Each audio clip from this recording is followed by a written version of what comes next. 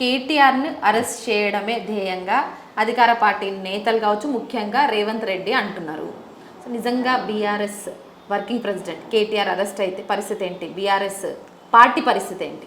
Especially అంటే party ఆయన working president అయినా కూడా అసలు ప్రెసిడెంట్ ఉన్నాడు కదా కేసీఆర్ గారు. అంటే కేటీఆర్ని అరెస్ట్ చేస్తే ఒకవేళ కేసీఆర్ దిగుతారా రంగంలో? కేసీఆర్ ఎప్పుడూ రంగంలోనే ఉన్నాడు. కేసీఆర్ గారు గౌరవం లేని కాడికి రావడం నేను కూడా సమర్థించాను.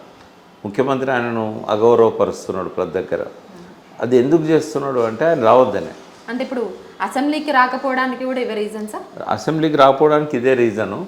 రావద్దని ముఖ్యమంత్రి కోరుకుంటున్నాడు. ఎందుకంటే ఆయన కనుక ప్రతిపక్ష నాయకుడు ఉండాలి సభలో అనుకుంటే గౌరవం ఉండేది. కేసీఆర్ని చూడాలని కూడా రాష్ట్ర ప్రజలు కోరుకుంటున్నారు. అదే ప్రజలు కోరుకోవడం వేరు. ముఖ్యమంత్రికి ఏంటంటే ఆయన రావడం ఇష్టం లేదు. ఆయన వస్తే ఈయన ప్రతిభ అనేది కనబడదు. ఆయన చెప్పే అబద్ధాలు నడవవు. కాబట్టి లోపల రావద్దని ఉంటుంది రేవంత్ రెడ్డికి, బయటికి మాత్రం రావాలని ఉంటుంది. రావాలనుకుంటే గౌరవం ఉండాలి కదా. అట్లా మాట్లాడేది. నేను ఎందుకు అడిగినా అంటే కేటీఆర్ని అరెస్ట్ చేస్తే కేసీఆర్ రంగంలోకి దిగుతారా అని ఈ మధ్య కాలంలో చాలా సైలెంట్ అయిపోయింది సార్. ఎక్కడ కనిపించట్లేదు. వస్తాడు డిఫరెంటే.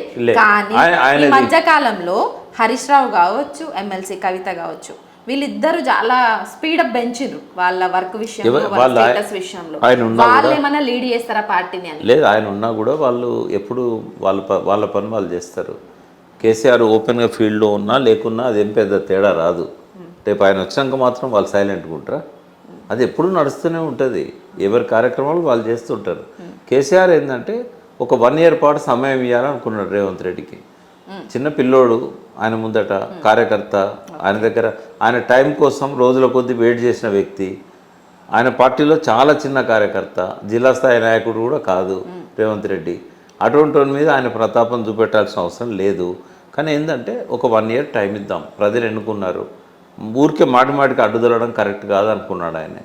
1 year తర్వాత వస్తాడు, ఆయన ఫీల్డ్ మీద పోతాడు, ప్రజలను కలుస్తాడు.